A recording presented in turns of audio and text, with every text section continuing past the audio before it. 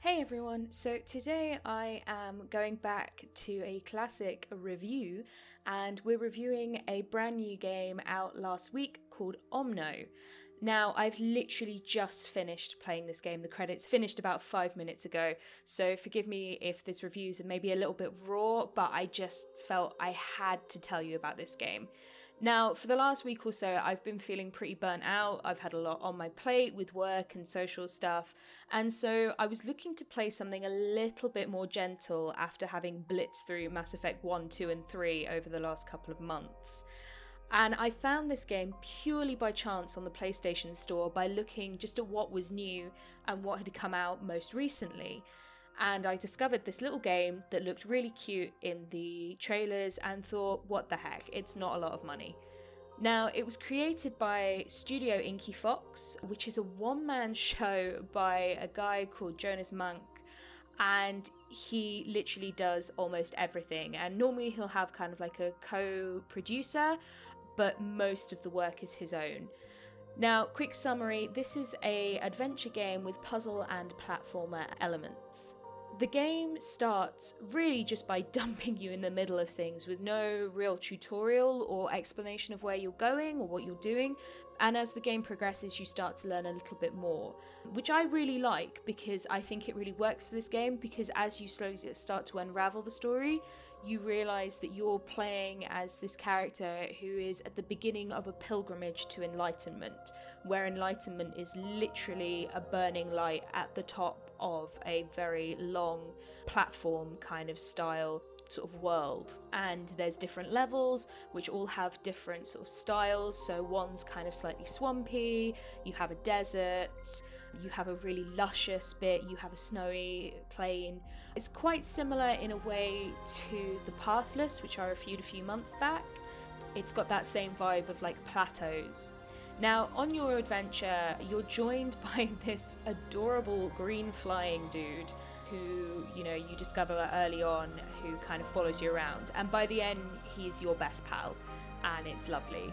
Now, I had some slight hiccups early on with the game, but we persevered, and it was worth it. I'm going to start by talking about the soundtrack, just because it was breathtaking, and this is one of the things I love about a lot of independent games, is they don't slack off with the soundtrack.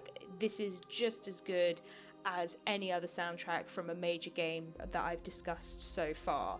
Now, the soundtrack was created by someone called Benedict Nichols, who doesn't have a lot of soundtracks to his name, but he's very much styled like blog alumni David Garcia Diaz, who did Senua Hellblade and also Arise, which I reviewed last year.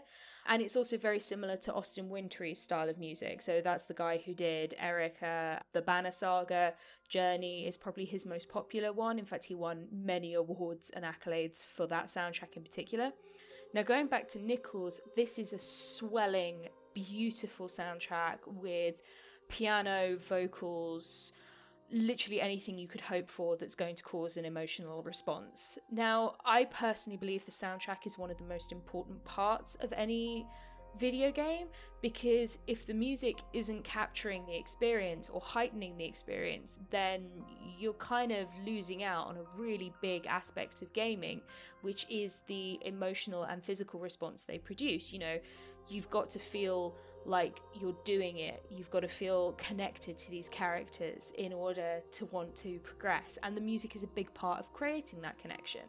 Now, this soundtrack gave me shivers, it made me a bit teary in places, and it did that thing where your chest just feels full. It's probably my favourite soundtrack I've reviewed since starting this blog.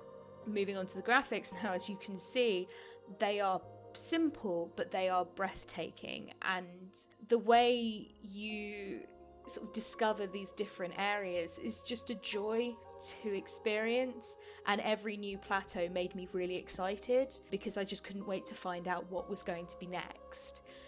Now, the way you interact with these surroundings is really important.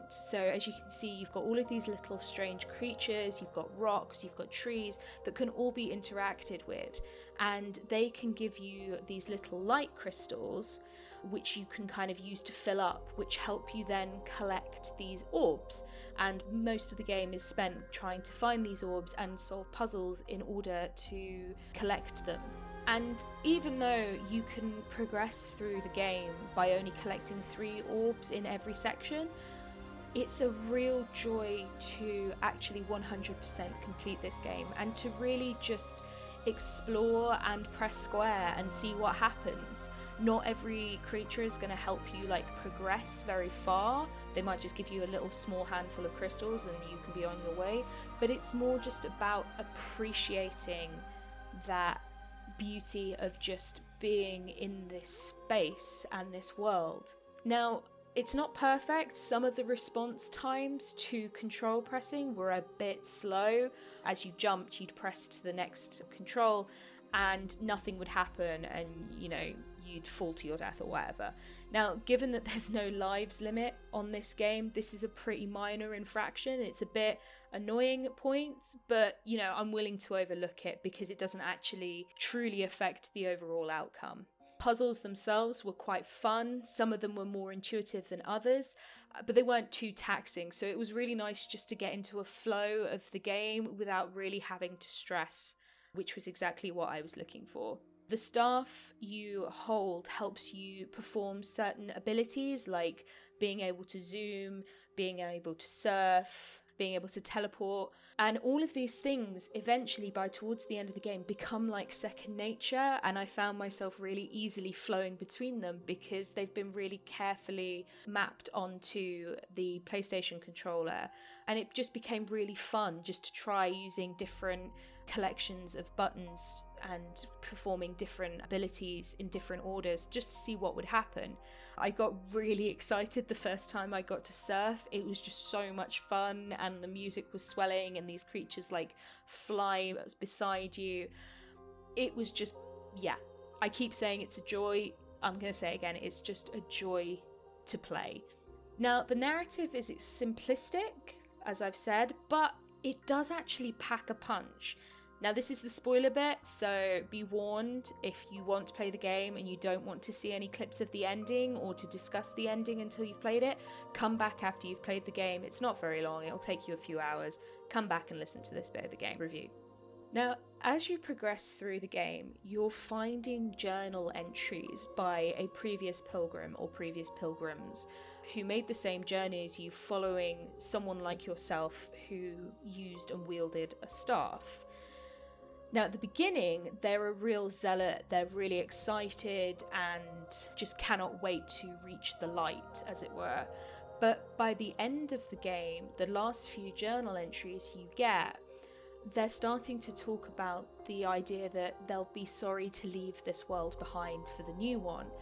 And then by the end, they really are saddened to leave and they are having doubts and they actually don't want to go, but it's too late. And so they're lost to the light, as it were. And you're going the same way. And in the climax of the game, you have to say goodbye to your green blob friend and walk towards the light. But then you choose to turn back and you choose not to follow the light to enlightenment.